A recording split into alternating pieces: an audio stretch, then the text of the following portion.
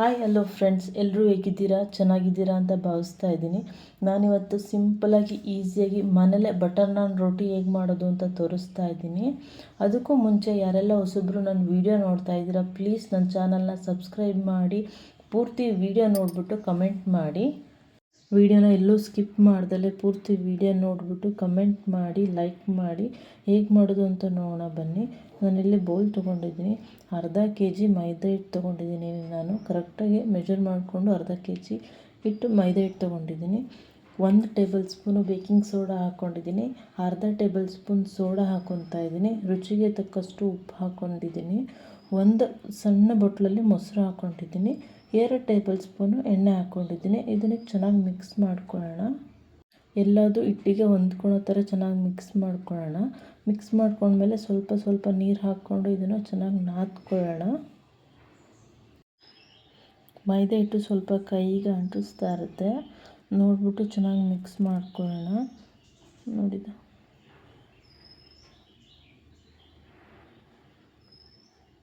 ಸ್ವಲ್ಪ ಸ್ವಲ್ಪ ನೀರು ಹಾಕ್ಕೊಂಡು ಚೆನ್ನಾಗಿ ನಾದ್ಕೊಳ್ಳೋಣ.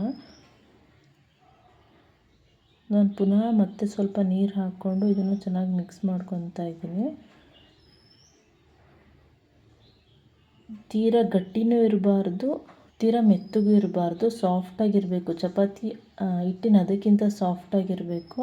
ನಾನಿಲ್ಲಿ ರಾತ್ರಿ ಊಟಕ್ಕೆ ಮಾಡೋದ್ರಿಂದ ನಾನು ಇದನ್ನು 4 ಗಂಟೆ ಮಧ್ಯಾಹ್ನ 4 ಗಂಟೆಗೆ ನೆನೆಸಿಡ್ತಾ ಇದ್ದೀನಿ. ಮೇಲೆ ಮತ್ತೆ ಪುನಃ 3 ಟೇಬಲ್ ಸ್ಪೂನ್ ಎಣ್ಣೆ ಹಾಕಿಬಿಟ್ಟು ಚೆನ್ನಾಗಿ ನಾದ್ಬಿಟ್ಟು ಇದನ್ನು ನಾನು ಕ್ಲೋಸ್ ಮಾಡಿಡ್ತೀನಿ.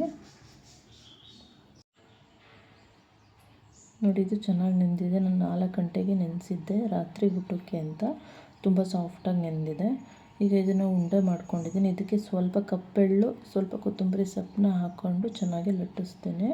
ನಮಗೆ ಎಷ್ಟು ಉದ್ದ ಅಗಲ ಬೇಕೋ ಅಷ್ಟು ಚೆನ್ನಾಗಿ ಲಟ್ಟಿಸ್ಕೋಬೋದು. ಸಾಫ್ಟಾಗಿದ್ದರೆ ಚೆನ್ನಾಗಿ ಸ್ಪ್ರೆಡ್ ಆಗುತ್ತೆ. ಅದು ನಾವು ಯಾವ ಥರ ಲಟ್ಟಿಸ್ಕೊಂಡ್ರೂ ಅದು ಸ್ಪ್ರೆಡ್ ಆಗುತ್ತೆ. ನೋಡಿ, ಇದೀಗ ನಾನು ಲಟ್ಟಿಸ್ಕೊಂಡಿದ್ದೀನಿ. ಹಂಚು ಕಾದಿದೆ, ಹಾಕ್ತಾಯಿದ್ದೀನಿ. ಎಣ್ಣೆ ಹಾಕೋ ಅವಶ್ಯಕತೆ ಇಲ್ಲ, ಯಾಕಂದರೆ ನಾವು ಕಲಿಸ್ಬೇಕಾದ್ರೆ ಜಾಸ್ತಿ ಎಣ್ಣೆ ಹಾಕಿರೋದ್ರಿಂದ ಎಣ್ಣೆ ಹಾಕೊಳ್ಳೋ ಅವಶ್ಯಕತೆ ಇಲ್ಲ. ಒಂದು ಸೈಡ್ ಬೆಂದಿದೆ ನೋಡಿ, ಇದು ಚೆನ್ನಾಗಿ ರೋಸ್ಟ್ ಆಗಿದೆ.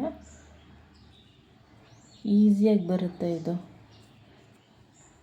ಈಗ ನಾನು ಮೇಲೊಂದು ಸ್ವಲ್ಪ ತುಪ್ಪ ಸ್ಪ್ರೆಡ್ ಮಾಡ್ತೀನಿ. ನೋಡಿ, ಇದು ಚೆನ್ನಾಗಿ ರೋಸ್ಟ್ ಆಗಿ ಬೆಂದಿದೆ.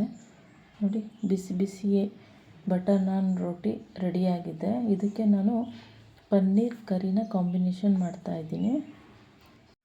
ಪನ್ನೀರ್ ಕರಿ ತುಂಬ ರುಚಿಯಾಗಿರುತ್ತೆ. ಬಟರ್ ನಾನ್ ರೋಟಿ ಜೊತೆ ತುಂಬ ಟೇಸ್ಟಿಯಾಗೂ ಇರುತ್ತೆ. ನೋಡಿ, ಬಿಸಿ ಬಿಸಿ ಪನ್ನೀರ್ ಕರಿ ಜೊತೆ ಬಟರ್ ನಾನ್ ರೋಟಿ ರೆಡಿಯಾಗಿದೆ. ನಾನು ಇದೆರಡರ ಜೊತೆ ಕಾಂಬಿನೇಷನ್ನು ನೀರುಳ್ಳಿ ಮತ್ತು ಸೌತೆಕಾಯಿನ ಕಾಂಬಿನೇಷನ್ ಮಾಡಿದ್ದೀನಿ. ಈ ಥರ ಮನೆಯಲ್ಲೇ ಮಾಡಿಕೊಟ್ರೆ ಮಕ್ಕಳು ಕೂಡ ತುಂಬಾ ಇಷ್ಟಪಟ್ಟು ತಿಂತಾರೆ ಮತ್ತು ಹೆಲ್ತಿಯಾಗೂ ಇರುತ್ತೆ. ನೋಡಿ, ತುಂಬಾ ಸಾಫ್ಟಾಗಿ ಬಂದಿದೆ ರೋಟಿ, ಸ್ವಲ್ಪನೂ ಹೊರಟಾಗಿಲ್ಲ. ನೀವು ಯಾವ ಥರ ಮಾಡ್ತೀರಾ ಅಂತ ನನಗೆ ಕಮೆಂಟಲ್ಲಿ ತಿಳಿಸಿ. ನನ್ನ ವಿಡಿಯೋ ನಿಮಗೆ ಇಷ್ಟ ಆದರೆ ಪ್ಲೀಸ್ ಲೈಕ್ ಮಾಡಿ, ಶೇರ್ ಮಾಡಿ, ಸಬ್ಸ್ಕ್ರೈಬ್ ಮಾಡಿ. ಮತ್ತೆ ಮುಂದಿನ ವಿಡಿಯೋದಲ್ಲಿ ಸಿಗೋಣ. Thank you friends.